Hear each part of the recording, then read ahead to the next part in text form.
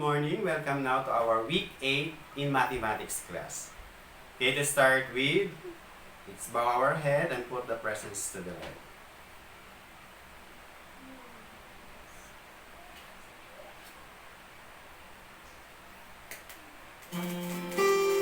Dear God, thank you for loving me and giving me your all. When I grow up, I will still be serving you. I want to know you more. I want to love you more. I'll never forget you, Lord. In Jesus' name, amen.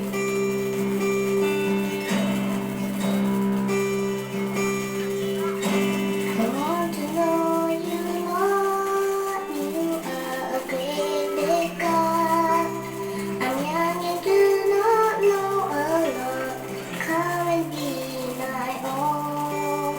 I want to love you more, giving you my life and all. You died for me, you sacrifice. I won't forget you, Lord. I love you, Jesus. I'll grow up knowing you. I love you, Jesus. I'll grow up serving you. I love you, Jesus. My life is saved by you. I'll never forget, never forget. I'll grow up loving you.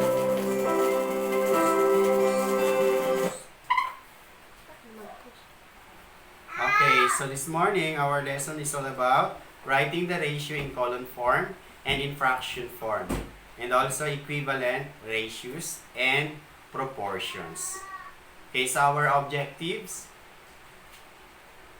At the end of the lesson, you are expected to 1. Write the given ratio in column form and in a fraction form. Second, identify equivalent ratios. And the third, define and describe a proportion. Okay, last week we studied about ratio. And what is a ratio? Okay. So, a ratio is an ordered pair used to compare two or more quantity. And take note, ratio, we read ratio using the phrase is to. Okay, so look at the pictures, class. What have you seen? We have 8 children and we have 4 books. Okay, what can you say about the number of books and the number of the learners? Alright, so the number of books are 4. How about the number of learners? We have 8. Now, what is the ratio of books to the learners? Write it in column form. So the ratio of books to the learner is, we have 4 is to 8. Then we have the ratio. What is the ratio of learners to the books? We have 8 is to 4. So we are going to write the first given, then the second given. So in our first question is, what is the ratio of books to the learners? So the first mention is book. Therefore, we have 4, then the learners 8. While in the second question is, what is the ratio of the learners to the books? So the first that mention is the learners. So we have 8. And the second is book. So therefore, we have 4. Now, we are going to write our ratio in column form and in a fraction form. Okay. So we have, this is what we call column form. And now we are going to write this in fraction form. So the fraction form of 4 is to 8 is 4 eighths. And the fraction of 8 is to 4 is 8 fourths. Now, this ratio, class, can be changed into lowest term. So the same as fraction, we always express our answer to lowest term in comparing a number or by using a ratio. So therefore, we are going to change this to lowest term. So what number can divide both 4 and 8? Alright, we have 4. So we are going to divide it by 4. 4 divided by 4 equals 1. Then, column 4. 8 divided by 4 equals 2. So therefore, the lowest term of 4 is to 8 is equals 1 is to 2. So for every one book, there are 2 learners.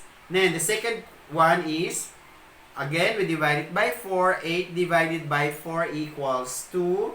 Then 4 divided by 4 equals 1. So therefore, we have 2 is to 1. For every 2 learners, you will have 1 book. Then in a fraction form is the same also. So we are going to divide it both by 4. So 4 divided by 4 equals 1. Then 8 divided by 4 equals 2. The same also this one. 8 divided by 4 equals 2. Then 4 divided by 4 equals 1. Alright.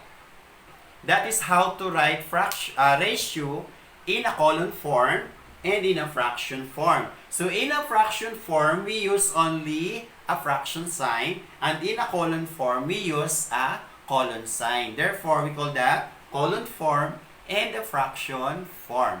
That is how to write a ratio in column form and in a fraction form. Now, class, changing a ratio to lowest term form an equivalent ratio.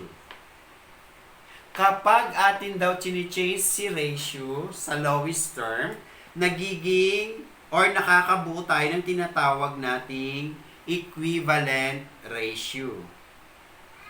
And what does equivalent ratio means? Equivalent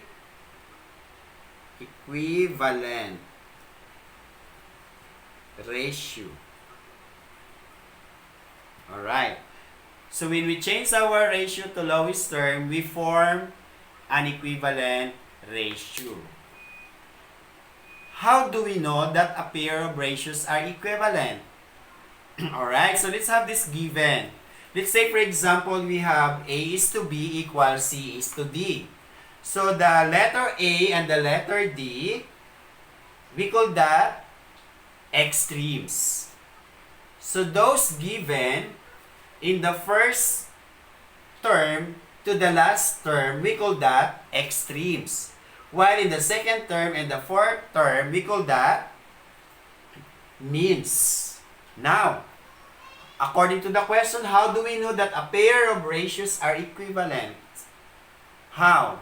By finding the product of the means is equal to the product of the extremes. Alright, so let's have this. So let's have this an example. We have 2 is to 5 equals 4 is to 10. So our extremes are 2 and 10. Now, we're going to get the product of 2 and 10. 2 times 10 equals, 20. Then, our means are 5 and 4. So, we are going to get the product. 5 times 4 equals 20 also. So, that is meant by equivalent ratio. The product of the means is equal to the product of the extremes. So this is our means, the product is 20, and our extremes, the product also is 20. So they are equal. So therefore, this ratio or this set of ratios are equivalent, or we call this equal ratio. Okay, so going back to our example a while ago, so let's have this. 4 is to 8 equals 1 is to 2. So our extremes is 4 and 2. So 4 times 2 equals 8. Then our means are 1 and 8. So 8 times 1 equals 8. So therefore, they are equal. And we call this equal ratio. The same also this one. 4 times 2 equals 8. Then we have 1 times 8 equals 8. How about in fraction form? So, in fraction form class, you are going to use the cross product method in finding if our ratios are equal. So, how it is done? Okay. So, let's have this 4/8 equals 1/2. Then, we are going to use the cross product method. We have 4 times 2 and the product is 8. Then, 8 times 1, then the product is also 8. So, therefore, they are equal. The same also this one. 8 times 1 equals 8. And the other one is 4 times 2 equals 8. So, all their products are equal. And we call this equivalent ratio. Now, the equivalent ratio class is also formed what we call a proportion. So like for example, this one. This is also a proportion. A proportion is a balance or statement of equal ratios or equivalent ratio. So in other words, they are just like the same equivalent ratio and the proportion. But the proportion, we have kinds inversely proportional and we have inverse proper proportion. While in equivalent ratio, we are going to get the product of the extremes and the products of means, and that if their products are equal, therefore our ratios also equivalent. And it is also a proportion. So let's do this one.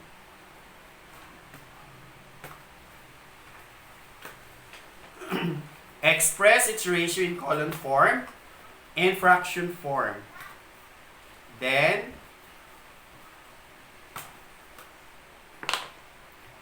express your answer to lowest term. So, I'm going to write here column form, and then fraction form. Alright. So this one, we have the first number is 2 teachers to 46 learners. So we have the first to mention is teachers. So we have 2. 2 is to 46. Now, 2 is to 46 is not in the lowest term. We're going to divide it by both by 2. Okay. 2 divided by 2 equals 1. Then 46 divided by 2 equals 23. So therefore, the lowest term is 1 is to 23. In other words, for one teacher rather, we have 23 learners. Okay, for the fraction form, that is 2 46. So then equals 2 divided by 2 equals 1. 46 divided by 2 equals 23. Now we're going to check. 1 times 46 equals 46. 23 times 2 equals 46. So they are equal. And this shows equivalent ratio. The same also this one. 2 times 23 equals 46. Then we have 1 times 46 equals 46. So it shows equivalent ratio. Okay, for number 2, we have 12 flowers to 4 vases. So we have 12 is to 4. Then, change to lowest term. What number can divide by 4 and 12? Yes, 4. So we have 12 divided by 4 equals 3. Then, 4 divided by 4 equals 1. So the final answer is 3 is to 1. For every one vase, there are 3 flowers. Now, in fraction form, we have 12 fourth.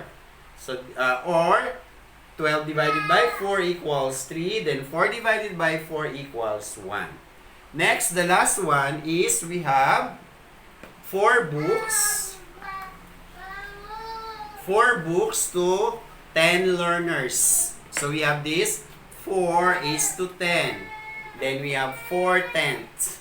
Then, what number can divide 4 and 10? 2. 4 divided by 2 equals 2. Then, 5 divided by 2 equals, 2 10 divided by 2 equals 5. So therefore, the answer is 2 is to 5. For every 2 learners, for every 5 learners, there are only 2 books to be shared. Alright. Then we have this one. 4 divided by 2 equals 2. 10 divided by 2 equals 5. So therefore, the answer is 2/5. Okay, next, other activity that we have. Fill with blanks to complete equivalent ratios, or fill in the blanks. Fill with number.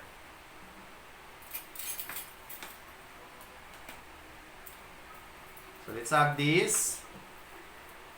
Fill a number to complete the sentence or the equation. That is equivalent ratio. So how do you find that? The missing term. So let's have this. Number 1, we have 12 is to 32 equals 3 is to blank. So you are going to use the method of finding the product of the means and the products of extremes. So you have to pair. So let's have this. Our extremes have no pair, while our means have pair. So we are going to get the product of our means. So we are going to multiply this.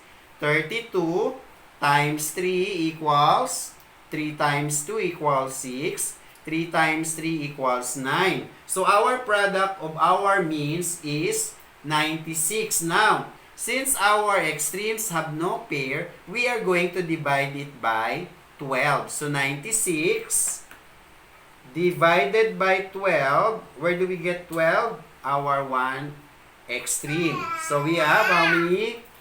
We have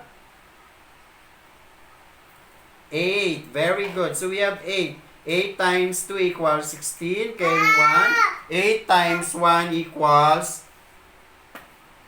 8 times 1 equals 8 plus 1 equals 9. So therefore, 96 minus 96 equals 0. So the answer is 8. So how do we check that?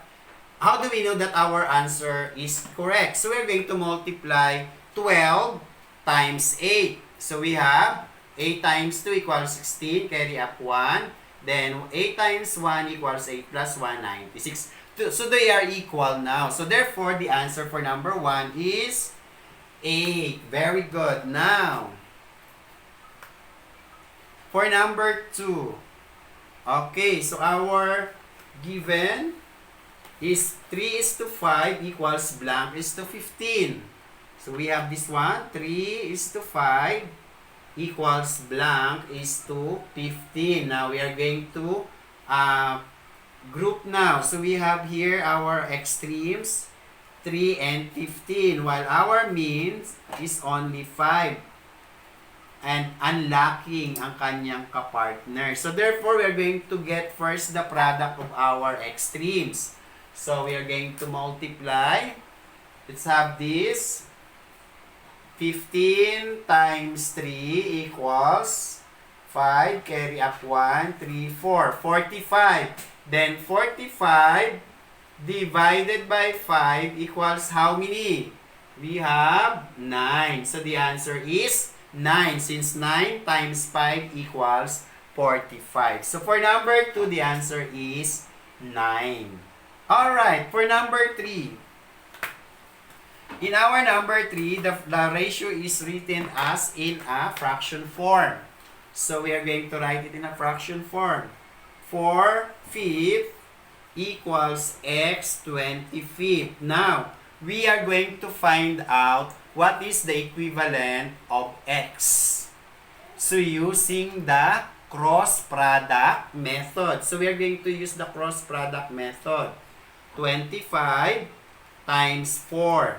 So 4 times 5 equals 20. Carry up 2. 4 times 2 equals 8 plus 2 equals 10. So the product of these two numbers is 100. Now, we are going to divide it by 5 since 5 has no pair to get the equivalent of x. So how many? 100 divided by 5 equals 20. So I will show you how to get that. 100 divided by 5 So we have 2, 10 minus 0. So we have remaining 1 0. So we are going to up that 0. So equals 0. So therefore, the answer is 20. So yan. So that is how to get the equivalent ratio if there is a missing term. Alright, next for the third one. This time, you're going to check the box if the ratios are proportion or equal. Put X if not proportion. So, how do you find that the answer? Simply by multiplying both the means and the extremes. If their products are equal, so the answer is check. If their products are different, your answer is X. So let's have this number 1. 12 is to 9. Then we have 8 is to 6. So we are going to multiply this one. 9 times 8 equals 72. Then this one. 12 times 6 equals 6 times 2 equals 12. Carry up 1. Then we have 6 times 1 equals 6 plus 1, 72. So they are equal. So therefore, the answer for number 1 is check. Alright, for number 2. Okay, for number 2, let's find out if they are proportion or not. Okay, so we have 1 is to 7. Then we have 9 is to 53. Okay, so let's have to pair the extreme. 1 times 53 equals 53. How about 9 times 7 equals 63. So they are not equal. So therefore, the answer for number 2 is X. Why? Because their products are not the same. So therefore, these two ratios are not equal or not proportion. Alright, for number 3, we have our ratio written as fraction form. So let's have this 10 of 45 and we have 2, 9. Okay, we're going to multiply cross product. 10 times 9 equals 90. Then we have 2 times 45. So we have 45 times 2. We have 10, carry up 1, 8, 9. So they have also 90. So therefore, they are equal. So for the answer for number 3 is check. So that is how to find out if the two given ratios are equal or proportion. Any question? Alright, if there is none, get your notebook and let's do these activities. Okay, for activity number 1, write the ratio for each of the following in fraction form. Express it to lowest term. I'll give you 1 minute. Go.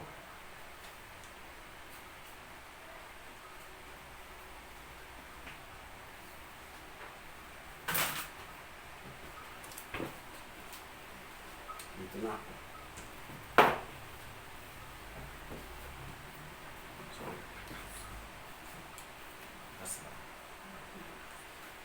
Kita naman siya.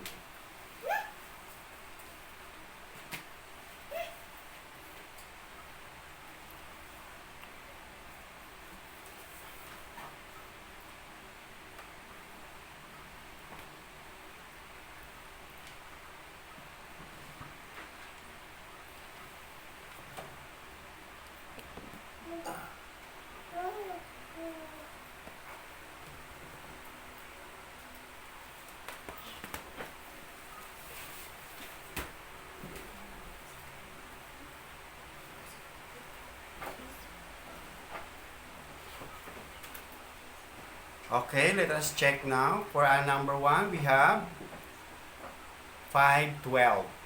Okay, next number 2, we have 312. Lowest term is 41. Very good. Next number 2, we have our number 3, 1 day to 1 week. So 1 week is equivalent for 7 days. So therefore, the answer is 1/7. Number 4, we have 10 boys to 20 girls. So therefore, the ratio is 10/20th. So lowest term is 1/2. Then number 5, 2 jeeps for 44 passengers. We have 2/44. Lowest term divided by 2, 1/22. Okay, activity number 2.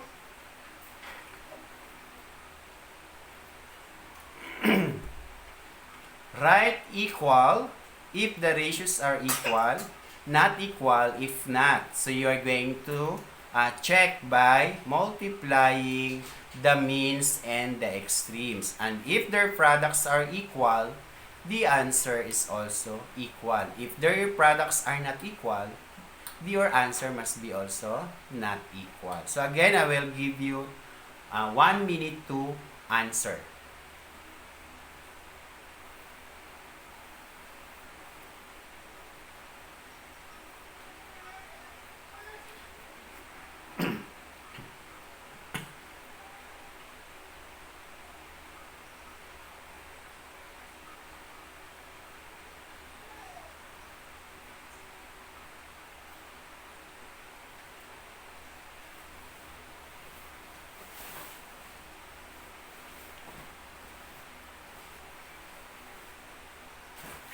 Okay, let us check now. Number 1, the answer is equal.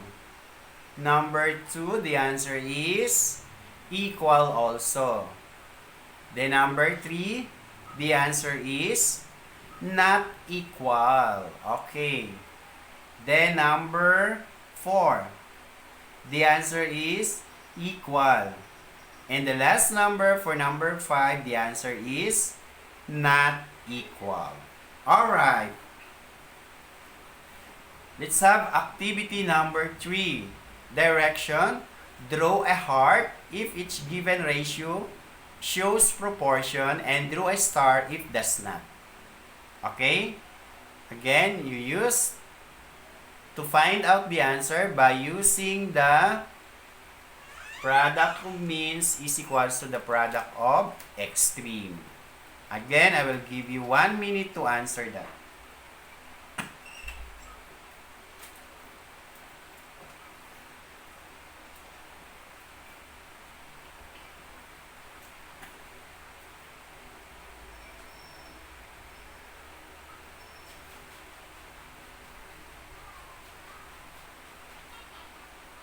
Okay, let us check now. Okay, for number 1, the answer is heart. Very good. Number 2, star. Why? Because the product of extreme is 21 while the means is only 5. Alright, next, number 3, the answer is star again because the product of extremes is more than 300 while the means is only 25. Then number 4, yes, heart because the product of extreme is 8 and the product of means is also 8. Therefore, heart. Then for the last number, the answer is also heart. Their product is 240. Very good. Any more question? Alright, so if there is none again, what is a ratio? Okay, a ratio is a comparison between two or more quantities or given sets of objects. What are the ways of writing a ratio? Okay, so a ratio can be written as column form, a fraction form. And take note, a ratio is like a fraction that always express it to its simplest form. You are going to change always your answer to lowest term. And how do we know if the given set of ratios are equivalent ratios?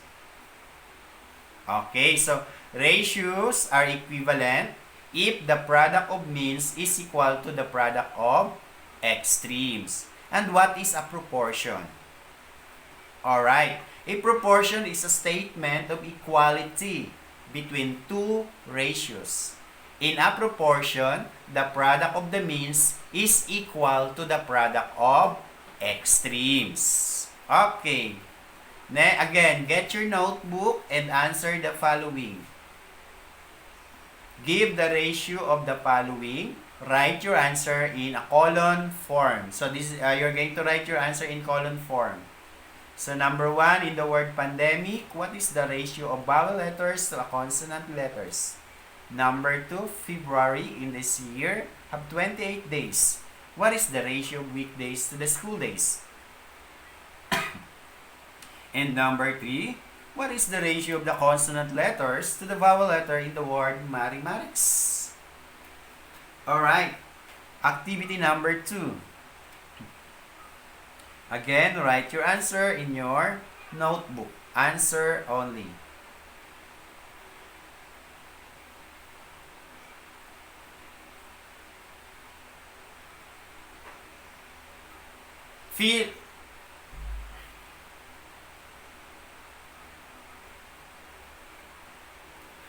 Fill each box with the correct number that will make equivalent ratios. Write your answer in your notebook. Alright, next. For activity number 3,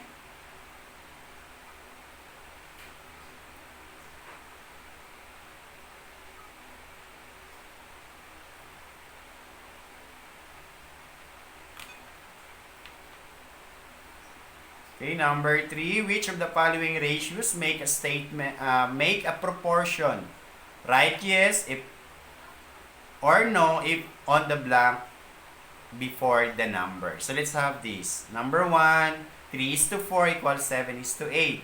Number 2, 3:6 equals 5:10. Number 3, 7:12 equals 14:24. Number 4, 10:25 equals 16:40.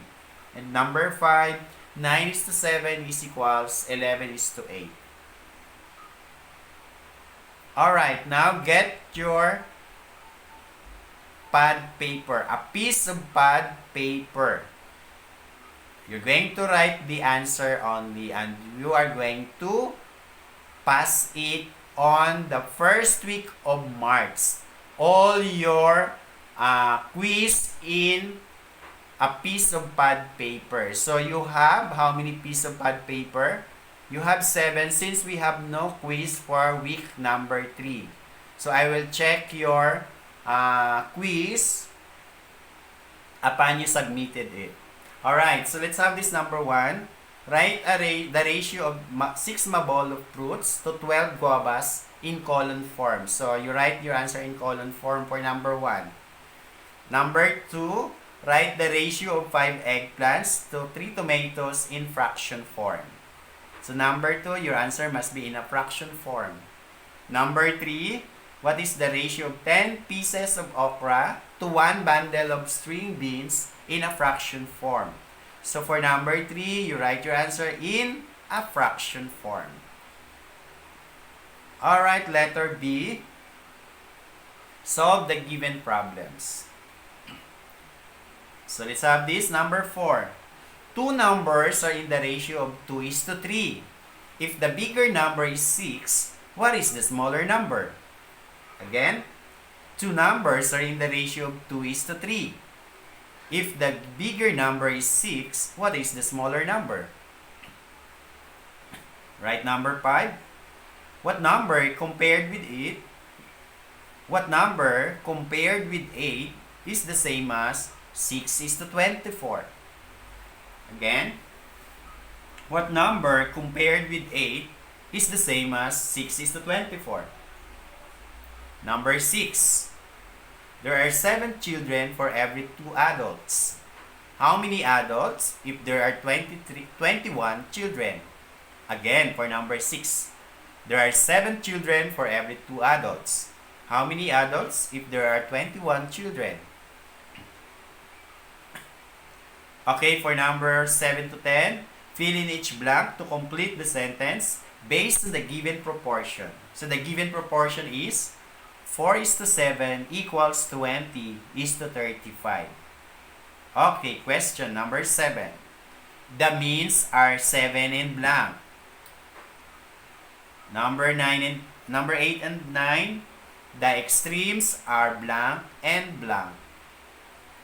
Number 10, the product of the means and the product of the extremes is equal to blank. So you get the product of the means. Are you done? Okay, now let's go now to your reflection. Write your reflection regarding to our lesson below the answer of your quiz. So you're going to complete this sentence. I understand that. Then the second one, I learned that. Okay, are you done? So having a joyful learnings. Goodbye, class.